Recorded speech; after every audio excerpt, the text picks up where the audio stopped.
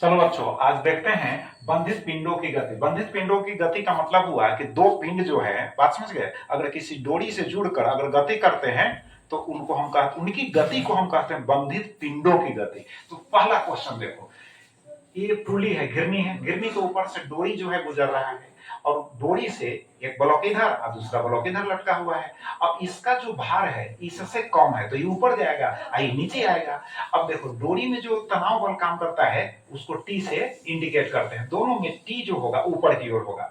अब इसके लिए इक्वेशन लिखे हैं, चूंकि नीचे आ रहा है तो त्वरण दोनों में समान होगा, जितना त्वरण इसमें ऊपर की ओर उतना ही त्वरण नीचे की ओर। तो नेट बल जो होगा m1g माइनस हो जाएगा T is equal to mass into acceleration, द्रव्यमान गुना त्वरण। इक्वेशन फर्स्ट हो गया।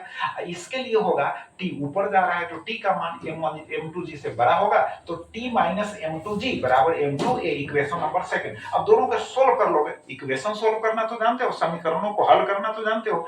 अब दोनों को सोल्व करोगे, ऐड करोगे तो a का वैल्यू निकल गया, उभयनिष्ठ त्वरण। अब a का वैल्यू समीकरण 2 में रखो चाहे समीकरण a में रखो तो तुमको t का वैल्यू निकल जाएगा। ऐसे हम समीकरण 2 में रखे हैं तो t का वैल्यू इसको सोल्व करोगे निकल जाएगा।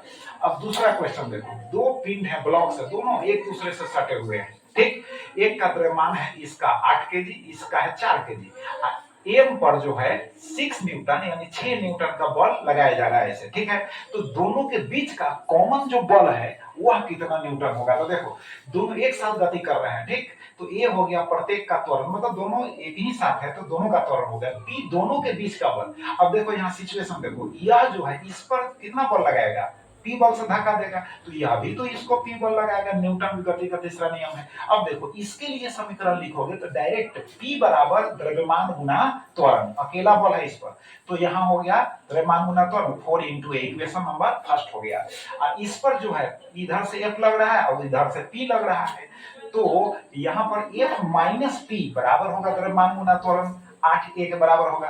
अभी यहाँ पर f का वैल्यू रख दिया, दोनों समीकरणों को सॉल्व करोगे त्वरण भी निकल जाएगा और त्वरण का मान किसी में पुट कर दोगे तो p का मान निकल जाएगा दोनों के बीच। इतना तो तुमको याद रखना चाहिए कि समीकरण कैसे हल किया जाए, मैट्रिक पास स्टूडेंट हो।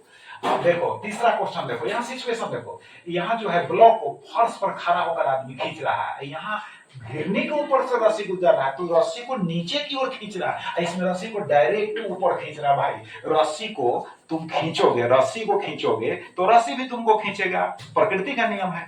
अब देखो ये कितना फर्श जो है कितना न्यूटन सह सकता है महत्तम अभिलंब बल, तो 600 न्यूटन ही यह बल सहन कर सकता है। अब देखो इस केस में देखो, इस केस का फिगर यहाँ है, भार आदमी का कितना होगा mg नीचे, और ये चूंकि रस्सी को खींच रहा है तो रस्सी भी आदमी को नीचे खींच रहा है तो फिर उसका भी भार नीचे हो गया, अभिलंब बल हो गया अकेला ऊपर, तो दोनों को जोड़ दो, n के बराबर कर दो, या n का वैल्यू निकल जाएगा 500, क्योंकि इसका वजन 50 है, g का मान 10 रखना है, तो यहाँ 10 गुना 50 500 हो गया, और यहाँ 10 गुना 25 इस ब्लॉक का तो 250 हो गया, दोनों को जोड़ दिया 750 न्यूटन हुआ। लेकिन यहाँ पर क्या होगा, इस सिचुएशन में रस्सी को नीचे की ओर खींच रहा है तो रस्सी ऊपर की ओर बल लगाएगा तो mg ऊपर हो गया, आदमी का केवल भार फर्श पर नीचे की ओर होगा तो अभिलंब बल तो हमेशा ऊपर होगा यहाँ पर। तो देखो दोनों को जोड़ोगे तो mg के बराबर करोगे तो n बराबर हो जाएगा capital mg m into small g minus small m into small g। अब इसका वैल्यू 500 न्यूटन, इसका 250 घटा दिया 250 न्यूटन। भाई तो 250 न्यूटन इसमें नॉर्मल बल हुआ कि नहीं? तो 600 से कम ही ना नॉर्मल बल हुआ तो आराम से सहन कर लेगा, लेकिन इसमें 600 से ज्यादा हो गया तो ये सहन नहीं कर पाएगा।